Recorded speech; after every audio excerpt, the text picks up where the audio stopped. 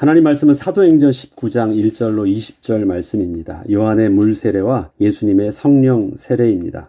아볼로는 복음을 온전히 접하기까지 3번에 걸쳐서 신앙의 영적 성장이 있었습니다. 제가 영적인 성장이라고 표현을 한 것은 이전에도 틀린 것이 아니었고 그 다음도 틀린 것도 아니고 그 다음도 하나님께서 이끄시는 과정이었다라는 것입니다. 이것을 영적 성장으로 보지 않고 만약에 틀린 것을 또 바로잡고 틀린 것을 바로잡고 이런 개념이 아닌 것입니다.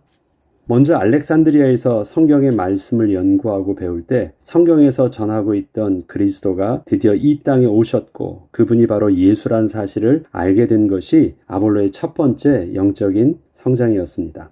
그는 이를 통하여 이 사실을 증거하는 자가 되었습니다. 이것은 그의 삶에 분명히 큰 사건이었습니다.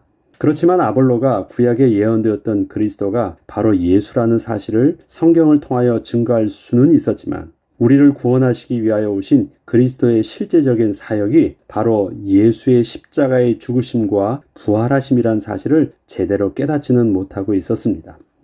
이것은 예수를 하나님의 아들로 인정하지 않는 유대인들과는 분명히 구별이 되었으나 초기 예수님의 제자들이 예수님을 통하여 꿈꾸었던 다윗의 영광을 재현하는 그 하나님의 나라의 모습을 꿈꾸었던 것을 아볼로도 동일하게 가지고 있었던 것이었습니다. 초기 예수님을 따르던 제자들이 예수님을 통하여 꿈꾸던 하나님 나라는 어떤 나라였습니까? 바로 우리가 예수님의 영의정, 예수님의 좌의정 되어가지고 예수님이 왕 대신 마치 다윗의 왕국을 연상케 하는 그러한 정치적인 메시아 아니었습니까?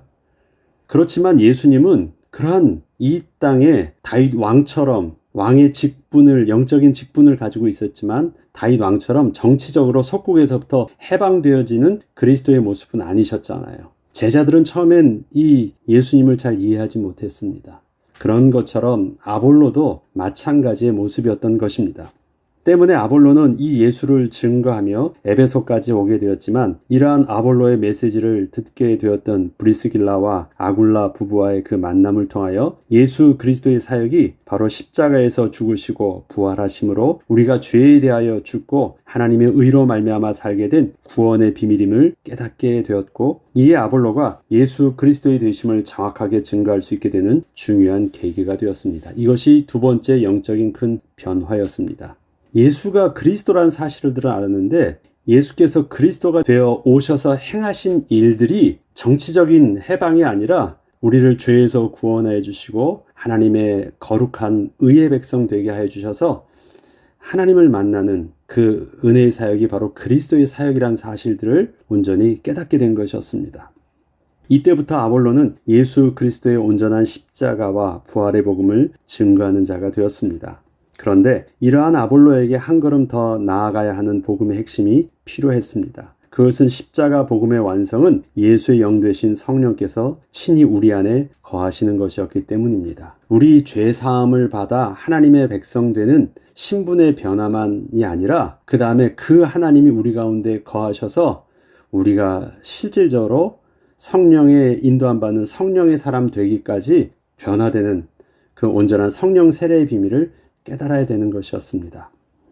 오늘의 본문은 아직 이러한 성령 세례를 깨닫지 못하고 있던 상태에서 에베소 지역에 열정적으로 예수 그리스도의 복음을 전하고 있을 때 아볼로에게 또 그 에베소 지역의 바울을 통하여 일어난 일을 기록하고 있습니다.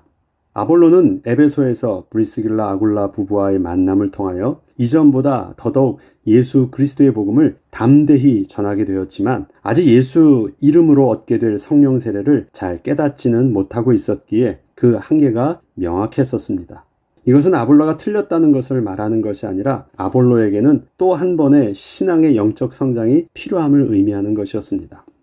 이러한 상황에서 바울이 전도 여행을 하다가 다시 에베소 지역에 오게 되었을 때 이전보다 그리스도의 제자가 훨씬 많아진 에베소 지역의 또 에베소 교회를 보게 되었고 또 이렇게 에베소 교회가 부흥하고 있는 모습이 참으로 감사하였지만 그 제자들의 모습 속에 한 가지 부족한 것을 알게 되자 그 부분에 바울이 겸손히 신앙의 영적인 성장을 도운 것이었습니다.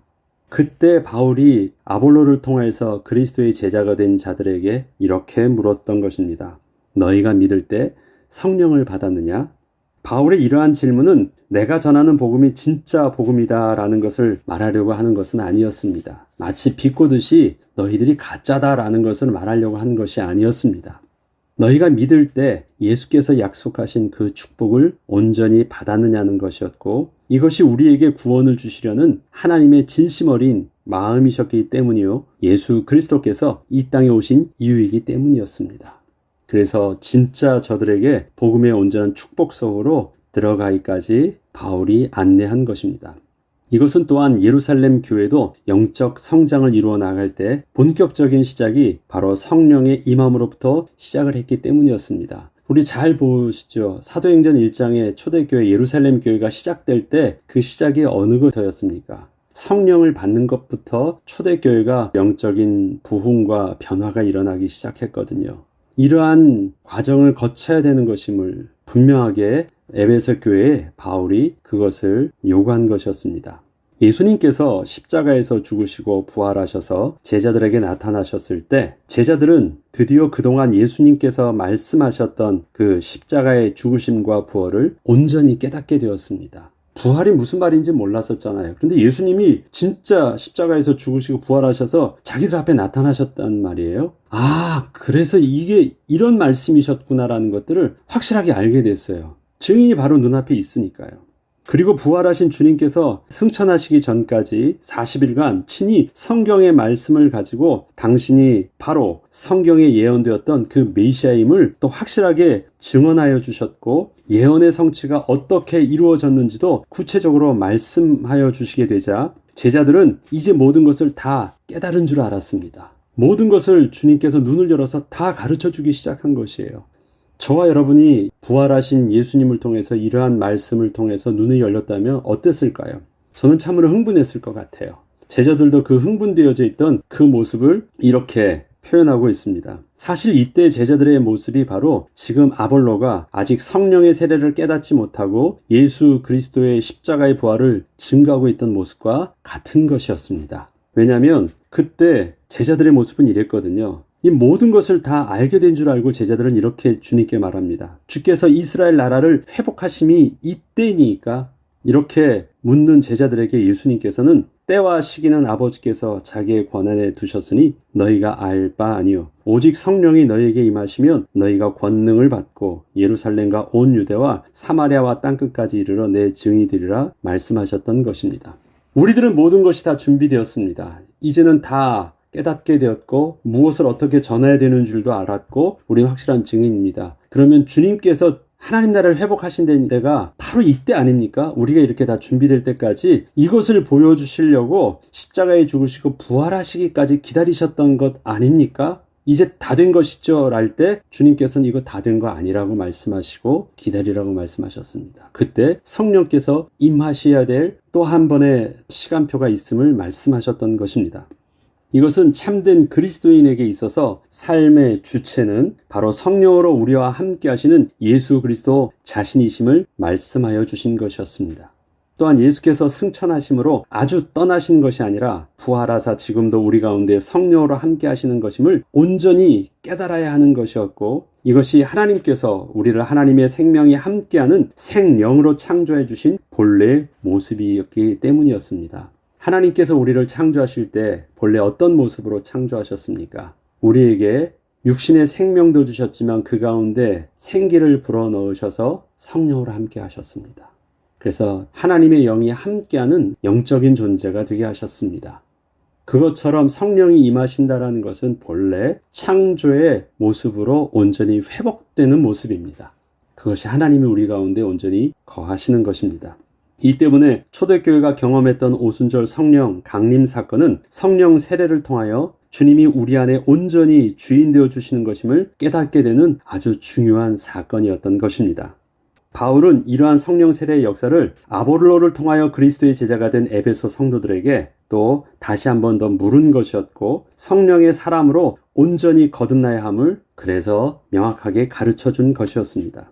이에 제자들은 바울의 이러한 메시지를 겸손히 듣고 바울을 통하여 예수 이름으로 세례를 받게 되었고, 바울은 그들에게 안수함에 성령이 그들에게 임하시는 역사가 나타나게 되었습니다. 내가 온전히 죄사함을 받는 회개만 필요한 것이 아니라 예수 그리스도를 나의 구주로 영접하고 그 예수 그리스도가 실질적으로 우리 가운데 성령으로 함께 하신다라는 사실들, 예수 그리스도의 온전한 연합을 이루게 한 것입니다.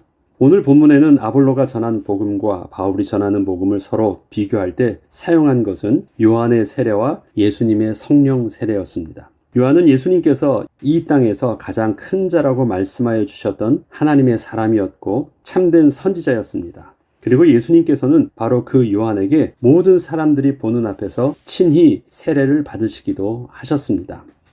이렇듯 세례 요한은 예수 그리스도의 복음을 증거함에 있어서 참으로 중요한 사람이었기에 그 요한이 베풀었던 세례와 예수님의 성령 세례를 비교할 때 어느 것이 진짜냐 가짜냐로 접근하면 안 되는 것입니다. 복음에는 이 둘 모두가 중요하기 때문입니다. 요한의 세례는 필요 없고 이제는 우리는 성령 세례만 받으면 된다. 그렇게 표현할 것이 아니라는 것입니다. 선지자 요한을 예수님의 제자 요한과 구별하기 위하여 성경은 그를 세례 요한으로 칭하고 있습니다. 세례 요한이 베풀고 있던 물 세례는 구약 율법에서 말하고 있던 정결 예식으로서의 세례가 분명 아니었습니다. 우리가 한 가지 이제 세례 요한의 그 물 세례를 우리가 이해할 때 구약에도 정결 예식으로서 나아가서 씻고 오는 것이 있었거든요. 그리고 제사장 앞에 나아가는 것이 있었거든요. 그러니까 그때 씻는 것 같이 세례 요한의 세례가 그런 정결 예식의 하나로 보아서는 안 되는 것입니다. 얼핏 보면 비슷해 보이지만 세례 요한의 지금 하고 있는 그 물 세례는 분명히 다른 것이 있었습니다. 먼저 세례 요한의 세례는 이스라엘 백성들이 하나님께 나아가 제사를 드리기 위하여 구약의 율법에서 요구하는 성결케 하는 의식이 아니었고 우리를 구원하러 오실 그리스도를 맞이하기 위해서 준비하는 회개의 세례였습니다. 제사를 드리기 위해서 씻는 성결 예식으로서의 세례가 아니라 약속하신 예수 그리스도를 맞이하기 위해서 준비한 회개의 세례였습니다. 개념이 다르죠? 구약의 율법에 필요로 하는 성결과 거룩함을 이룬 것이 아닙니다. 주님을 맞이하기 위해서 특별하게 드려지는 물세례입니다. 그러면 우리에게 있어서 요한의 세례는 필요할까요? 필요하지 않을까요? 구약의 율법에서 말하는 성결 예식으로서의 세례는 필요하지 않았지만 예수 그리스도를 맞이하기 위해서 하는 회개의 세례라면 우리는 그것이 필요한 것입니다. 이해되시죠? 그래서 요한의 세례가 중요한 것입니다. 이에 대하여 성경 이사야의 예언은 이러한 세례 요한에 대하여 광야에 외치는 자의 소리가 있어 이르되 너희는 주의 길을 준비하라 그가 오실 길을 곧게 하라고 하였던 것입니다. 이처럼 세례 요한의 세례는 오실 그리스도를 맞이하기 위해서 하는 세례 즉 회개의 세례였던 것입니다.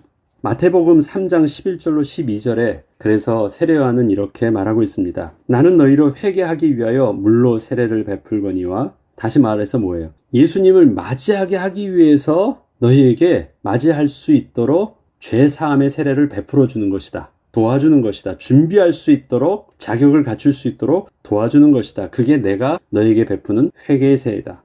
내 뒤에 오시는 이는 나보다 능력이 많으시니 나는 그의 신을 들기도 감당하지 못하겠노라. 내 뒤에 오시는 그 그리스도께서 진짜 너희에게 오셔서 하실 일들이 있다라는 것입니다. 그는 성령과 불로 너희에게 세례를 베풀어 주실 것이다. 손에 키를 들고 자기 타작 마당을 정하게 하사 알곡은 모아 곳간에 들이고 쭉정이는 꺼지지 않는 불에 태우시리라. 그가 오셔서 성령으로 우리에게 세례를 주시며 그 성령으로 인하여 거룩한 자가 되어 우리가 드디어 하나님 앞에 나아가게 되고 하나님과 연합한 자가 되게 하는 그 비밀이 바로 예수께서 그리스도 대사 오셔서 행하시는 세례라는 것입니다.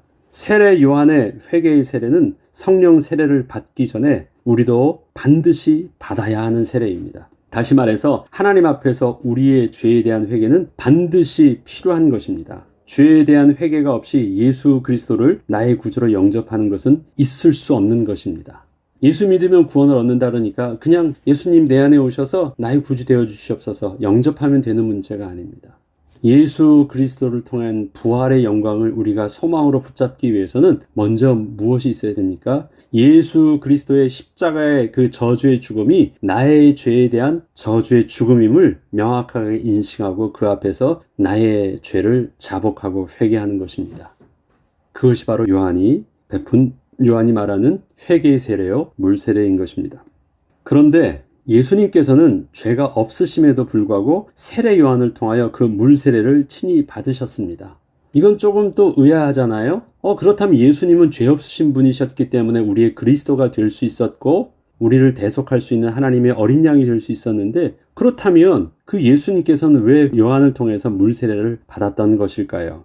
이것은 자신이 성경에 예언되었던 바로 그 그리스도임을 공식적으로 드러내기 위함이셨습니다. 사람들은 세례 요한을 하나님이 보내신 선지자로 당시에 인정하고 있었습니다. 심지어 혹시 성경에 예언되었던 그 메시아가 바로 당신이 아니냐고 묻기도 할 정도였습니다. 이에 세례 요한은 자신은 그 선지자가 아니라, 여기서 말하는 그 선지자라는 그 정관사 덜을 붙인 선지자는 바로 구약에 예언된 메시아를 의미합니다. 그래서 요한복음에는 당신이 바로 그 그리스도이냐 그 선지자냐 라고 물었던 것입니다. 자신은 그 선지자가 아니며 이사야가 예언되었던 대로 그리스도가 오시기 전에 앞서 길을 예비하는 광야에서 외치는 자라고 자신을 증거하면서 앞으로 오실 그리스도를 맞이하기 위해서 사람들에게 이렇게 회개하라고 외치고 있었다는 것입니다.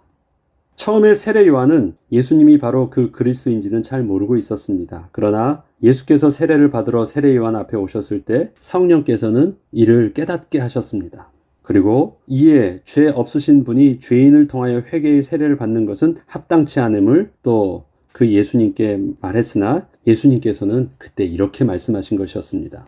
요한이 말려 이르되 내가 당신에게서 세례를 받아야 할 터인데 당신이 내게로 오시나이까? 예수께서 대답하여 이르시되 이제 허락하라. 우리가 이와 같이 하여 모든 의를 이루는 것이 합당하니라 하시니 이에 요한이 허락하는지라. 이렇게 하는 것은 하나님의 의를 이룬다. 의롭다라는 것은요, 어떤 의미가 있냐면 법에 맞다라는 것이 의를 이룬다라는 말입니다. 이해되십니까? 법의 기준에 맞는 것이 의로운 것입니다. 착하다, 이 사람 양심이 바르다, 이런 말들은 의롭다라는 표현과는 근본적으로 다릅니다. 의라는 말은 법의 기준에 맞다라는 것. 다시 말해서 예수님께서 지금 세례 요한을 통해서 세례를 받는 것은 하나님께서 이 땅에 구원을 이루시기 위해서 약속하셨던 하나님의 그 법과 하나님의 공의에 맞는 것, 합당하다라는 것을 말합니다. 그래서 예수님이 세례 요한을 통해서 이렇게 세례를 받아야 한다는 것이었습니다. 세례 요한이 이것을 이해하고 그렇게 순종하고 겸손히 예수님께도 세례 요한이 세례를 베풀게 된 것이었습니다. 예수님의 세례 받으심은 죄 사함을 위한 것이 아니라 모든 의를 이루시기 위함이셨습니다. 이것은 하나님께서 이사야 선지자를 통해서 말씀하셨던 광야에 외치는 자가 바로 세례 요한이었음을 공식적으로 인정해 주는 것이었습니다. 자, 무슨 말인지 알죠? 광야에 외치는 자는 주님의 길을 예비하는 자로 오셨다고 했잖아요. 사람들은 그렇게 보였지만 진짜 그가 광야에 외치는 선지자였다라는 것을 어떻게 증명이 될까요? 지금은 그분이 그리스도인지를 모르고 있지만 나중에 그분이 그리스도였다라는 사실들을 증명하고 나면 그때 예수님께서 세례 받으심이 바로 광야에 외치는 자였던 그 하나님께서 보내신 자를 통해서 세례 받으신 것이 맞구나라는 것을 증명하기 위해서 지금 공식적으로 세례를 받으시는 것입니다. 그래서 예수님이 스스로 세례 요한이 광야에서 외치는 자이심을 세례 받으심으로 모든 사람 앞에 그렇게 증거하고 계신 것이었습니다. 또한 그 세례 요한을 통해서 그리스도를 맞이하기 위해서 회개의 세례를 받아야 하는 것이 반드시 필요한 것임을 이렇게 알려주신 것이었습니다. 그리고 당신 자신도 바로 광야에 외치는 자에 의해서 증거된 그리스도이심을 정확하게 드러내 보이시는 것이었습니다. 그렇죠? 만약에 세례 요한이 광야에 외치는 자가 맞았다면 그를 통해서 증거된 이 예수도 바로 진짜 약속하셨던 그 그리스도가 맞다. 이런 모든 것들을 다 온전히 드러내서 하나님의 의를 이루시기 위함이셨습니다. 이러한 예수님의 세례 받으심은 하나님께서 친히 이 모든 것을 인증하여 주심으로 확증케 되었습니다. 그래서 마태복음 3장 16절로 17절을 보면 하나님께서 실질적으로 예수께서 그리스도이심을 증거해 주시는 역사가 나타나는데 이 일들을 통해서 앞서 지금 제가 말씀드렸던 이 내용들을 공식적으로 하나님의 의로 드러내게 되었던 것입니다. 자, 보죠. 마태복음 3장 16절로 17절에 보면 예수께서 세례를 받으시고 곧 물에서 올라오실새 하늘이 열리고 하나님의 성령이 비둘기같이 내려 자기 위에 임하심을 보시더니 하늘로부터 소리가 있어 말씀하시되 이는 내 사랑하는 아들이여 내 기뻐하는 자라 하시니라. 자, 보죠. 하나님께서 직접 예수님이 내 사랑하는 아들이요 또 내 기뻐하는 자라고 증명해 주셨습니다. 이걸 모든 사람들이 다 보았어요. 아, 예수님이 하나님의 아들 그리스도가 맞네? 그럼 그 그리스도께서 세례 요한에게 세례를 받았다라는 것이 바로 세례 요한이 앞서 광야에 외치는 자라는 사실들을 공식적으로 인증해 주고 있다는 것 맞죠? 그리고 그것이 공식적으로 인증되었다면 그 세례 요한을 통해서 증거된 예수님도 바로 그리스도라는 사실들을 또 한번 이렇게 증명할 수 있는 또 성경의 말씀이 그렇게 성취되어졌다는 것을 그렇게 보여주는 내용이었습니다. 이것이 바로 하나님의 의를 이루기 위한 예수님의 세례 받으심이었습니다. 이처럼 요한의 세례는 예수 그리스도를 맞이하기 위하여 반드시 필요한 회개의 세례였던 것입니다. 요한은 자기의 세례가 어떠한 의미가 있는지 분명히 알고 있었으며 자신의 세례를 베풀 때 그래서 명확하게 말할 수 있었던 것입니다. 다시 한번 저 앞서 읽었던 일들을 다시 한번 읽어볼게요. 나는 너희로 회개하기 위하여 물로 세례를 베풀거니와 내 뒤에 오시는 이는 나보다 능력이 많으시니 나는 그의 신을 들기도 감당치 못하겠노라. 그는 성령과 불로 너에게 세례를 베풀 것이다. 그래서 자기의 사역을 명확하게 제안할 수 있었고 예수님께서 오셔서 행하실 정말 실질적인 본론의 사역이 뭐예요? 성령을 주시는 것이 예수님의 이 땅에 오셔서 그리스도의 정말 실질적인 사역임을 말씀해 주신 것이었습니다. 그것이 바로 예수님을 믿을 때 실질적으로 얻게 될 성령 세례인 것입니다. 우리가 전하는 복음은 예수 그리스도께서 이 땅에 오셔서 단지 우리의 죄의 문제를 해결하시고 다시 하나님의 거룩한 백성으로 신분만을 회복시켜 주시는 것만을 증거하는 것이 아닙니다. 예수 그리스도의 십자가의 대속의 은혜를 통하여 우리가 의로운 백성이 되어 거룩하신 하나님께서 우리 안에 거하시게 된 것을 증거하는 것입니다. 예수 믿으면 천국 갑니다. 틀린 말 아니지만 온전하지 않아요. 예수 믿으면 천국의 백성이 되는데 그 천국의 백성 되는 우리의 모습은 하나님과 온전히 연합한 모습으로 우리가 천국의 백성 되는 것입니다. 이 땅에서 예수 그리스도인의 모습은 성령이 우리와 함께하는 예수의 영이 우리와 함께하는 하나님과 연합한 자의 모습이 바로 온전한 그리스도인의 모습인 것입니다. 이것이 바로 하나님께서 사람을 창조하신 창조의 회복이기 때문에 우리는 죄사함과 더불어 하나님이신 예수 그리스도를 전 인격적으로 우리의 삶의 중심으로 모시는 것입니다. 우리가 예수 그리스도를 영접한다? 단순히 예수님 이름으로 우리가 죄사함을 얻었다는 정도가 아니라 죄사함을 얻는 것은 우리가 거룩한 의의 백성 되게 하셔서 거룩하신 하나님이 우리 가운데 거하시기 위해서 우리를 온전케 우리 그릇을 깨끗게 하는 것이고 실질적인 축복은 우리가 깨끗게 되어지는 것이 아니라 그 안에 하나님과 연합하게 되는 것입니다. 이것이 완성인 것이에요. 이 때문에 우리가 예수 이름으로 받게 될 성령 세례는 먼저 예수 그리스도의 십자가의 대속의 죽음이 바로 나의 죄에 대한 죽음임을 시인하고 나의 죄를 자복하게 될 때 하나님께서는 이를 의로 여기시고 우리를 하나님의 의의 백성 되게 하여 주시는 것으로부터 시작을 하는 것입니다. 그리고 지금도 부활하사 하늘 보좌에 하나님과 함께하고 계신 그 예수님을 나의 주인으로 영접하게 될 때 예수께서는 우리 가운데 성령으로 함께하사 나의 주인이 되어 주십니다. 이처럼 성령 세례는 바로 하나님이신 예수께서 우리 가운데 성령으로 함께 하심으로 우리를 통하여 성령의 주도적인 역사가 일어나는 자가 되게 하여 주시는 것입니다. 우리가 어떻게 해서 변화될 수 있습니까?